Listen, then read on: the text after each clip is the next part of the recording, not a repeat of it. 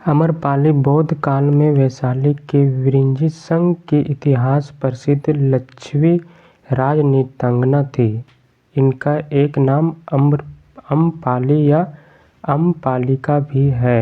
आम्रपाली अत्यंत सुंदर थी और कहते हैं जो भी उसे एक बार देख लेता वह उस पर मुग्ध हो जाता था।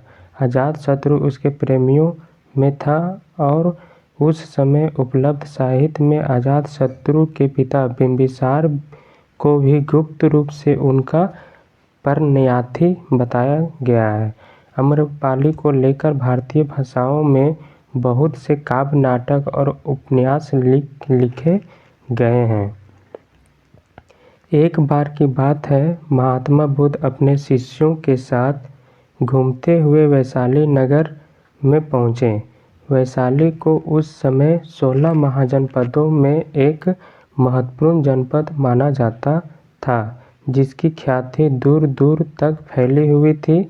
यह नगरी परम वैभवशाली और हर तरह से संपन्न थी। महात्मा बुद्ध के आने के बाद पूरे नगर में फैलते देर न लगी। जिसे जब पता चला वह तभी उनसे मिलने पहुंच जाता और उपदेश सुनकर खुद को भाग्यशाली समझता। बुद्ध का चरित्र ही ऐसा प्रभावशाली था कि उनसे प्रभावित हुए बिना कोई नहीं रह सका। उस नगर की गणिका और राज्य नर्तकी आम्रपाली भी बुद्ध से मिलने की इच्छुक थी। वह खुद महात्मा बुद्ध के पास चलकर आई और उन्हें अपने घर भोजन के लिए आमंत्रित किया। उसने इतने सरल और प्रेम भाव से बुद्ध से विनती की कि बुद्ध मना नहीं कर सके। जब यह बात उनके शिष्यों को पता चला कि महात्मा बुद्ध ने एक गणिका का आमंत्रण स्वीकार किया है तो सबने इसका विरोध किया। महात्मा बुद्ध ने बड़ी सरलता से अपने शिष्यों से कहा, मैंने तो उसकी प्रेम भावना देखी। उसने जिस भावना से मुझे बुलाया है वह बिल्कुल पवित्र और निश्चल था। वह आज मुझसे मिलने एक गणिका बनकर नहीं बल्कि एक भक्ति भाव से आई थी। फिर भला मैं कैसे उनका आमंत्रण स्वीकार न करता, वह चाहे एक वेश्या हो या फिर कोई सन्यासी। यथा समय बुद्ध आम्रपाली के घर भोजन के लिए गए। वह पहले से ही भोजन की सारी व्यवस्था करके भगवान बुद्ध के आने की राह देख रही थी।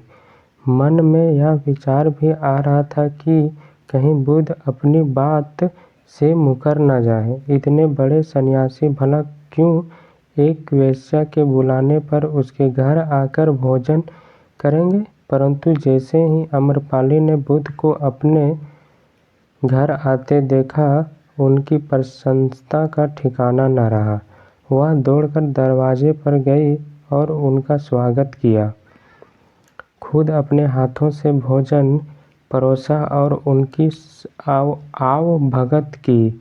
महात्मा बुद्ध की शिष्यों ने जो उनके साथ आए थे सब एक वेश्या को, जिसके कदमों में खुद सम्राट बिंबिसार से लेकर अजातशत्रु थे, पूरी वैशाली जिसकी एक झलक पाने के लिए तरसती थी, उसे एक सन्यासी के लिए ऐसा व्यवहार करते देख बुद्ध की शिष्यों के मन में अपने गुरु के लिए सम्मान और ज़्यादा बढ़ गया। आम्रपाली ने महात्मा बुद्ध के व्यक्तित्व के बारे में जैसा सुना था, उनसे मिलने के बाद वह उससे ज़्यादा प्रभावित हुई और उसी समय वह बुद्ध की शरण में चली गई। अपनी सारी संपत्ति वह बौद्ध मठ के नाम करके आजीवन भिक्षु बन गई। Hello guys.